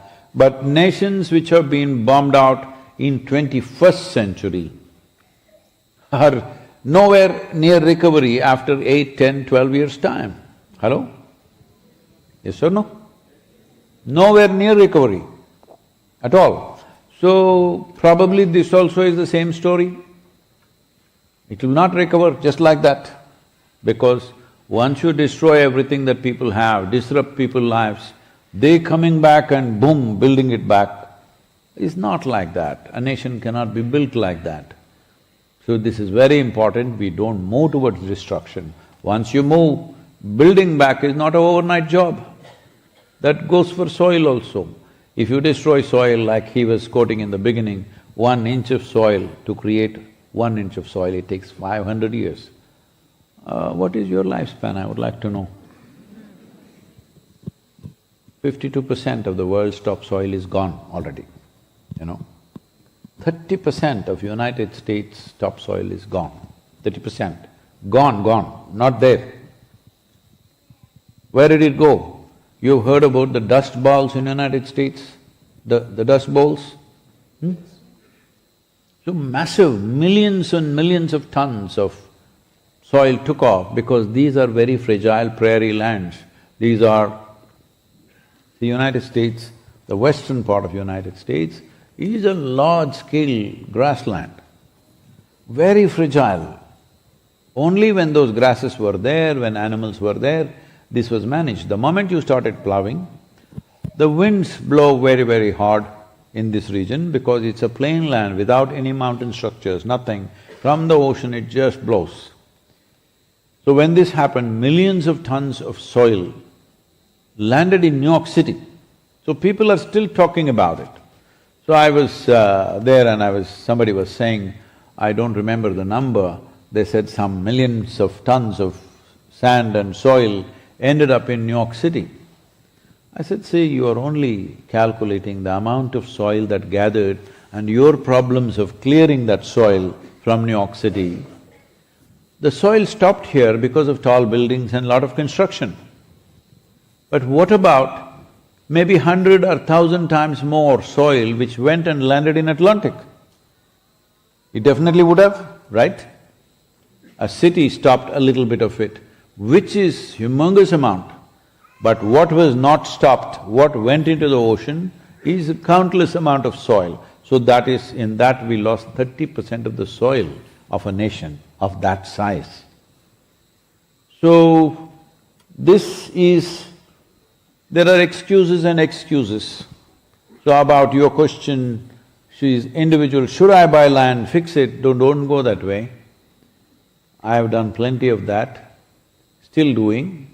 Kaveri Calling is operative in 83,000 square kilometers, 5.2 million farmers live and work here.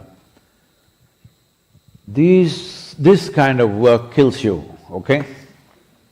Really. You have to raise funds and raise funds and raise funds, planting trees, organizing people, endlessly. It goes on and on. Last 25 years, in various forms it's been happening. We've just planted, what is this last year? About 67 million trees, living trees. But no. See, we have removed billions and billions of trees. Now 67 million trees don't need a clap. It needs a slap. But this is all we can do, unfortunately. So I'm telling you, this is why it entering the government policy is most vital, because only if it's in the policy, the government machinery leans in that direction. The budgets of the nations will lean in that direction. Only then real things will happen. If you do individually, you may do it for your satisfaction, but it'll never be a solution. If industries and business do it, they will do it little large scale, they could set very large scale good examples like we are setting up good examples, but it still will be only an example. Not that it does not do any good, it does lot of good, but it's not a global solution.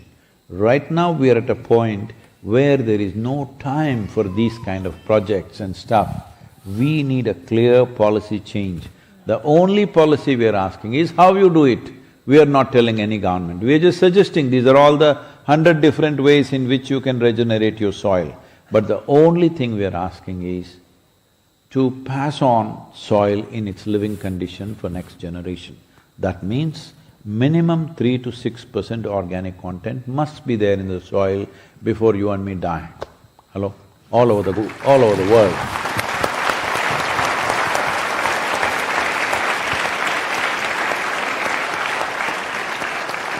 It's getting very serious. Can I tell them a joke? Is it okay? Maybe some famous last words? Yeah, it's the end of the evening. Maybe you have some famous last words? Yeah, okay. Jokes are also good, I just hear. You want to say? No, I did my joke. That's all I had. This happened in 2060, no? a few scientists sought appointment with God. They got it and they went there and they said, "Hey old man, you've done pretty well with creation. But today everything that you can do, we can also do. It's time you retire." God said, "Oh, is that so? What is it that you can do?" They dug up a little soil, made it into a vague shape of a human child and did all kinds of things, and in a few minutes, the child made those noises. Okay? See, that girl is providing me background. The child came alive. God said, "That's very impressive, but first get your own soil." Ladies and gentlemen, Sadhguru, Carice van Houten, thank you so much for your time. That is soil anthem. Yeah. So this is a big thing. It's just day 2 of this great trip we're going to do, and there is like an anthem for the next couple of. So this is only day 2. Another 98 days of ride is there. In case I don't make it, the young people here, you must walk these 30,000 kilometers and make it happen. That's the story. And can you tell us something about we were going to watch like a small video about the anthem? Is that like the music for you? This soil anthem is made, so many musicians around the world are making their own pieces, but those things did not come in time. So we just, the in-house group, we just got together and made this simple tune. I think right now it's reverberating around the world. Just make sure it falls into every ear, every human ear at least. Don't disturb the others. Thank you so much, and thank you so much for your time and listening. It's really time to make a picture. We do it in both ways, so you can share and talk about soil, because if that's what we learned, the last couple of minutes is, let's talk about it and share the love of the soil, and share it on social media. SaveSoil.org is the website. Hey, give me all the… Oh, it's even in Dutch.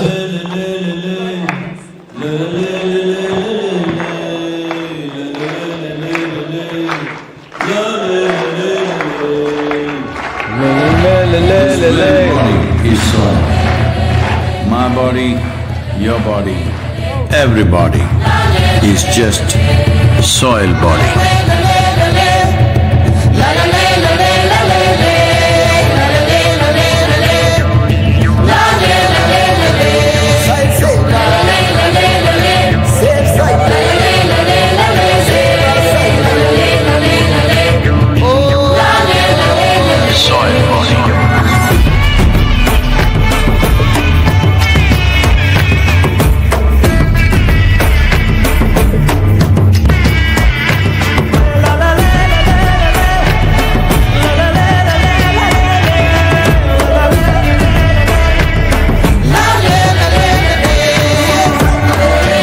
The magic of soil is it turns death into life.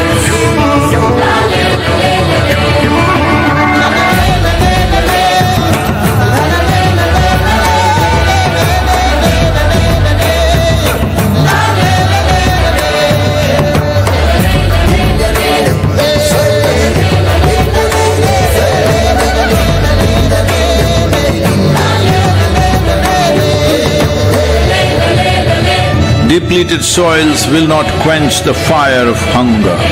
Unquenched hunger can burn the very world. This is a generational responsibility. Save soil. Let's make it happen.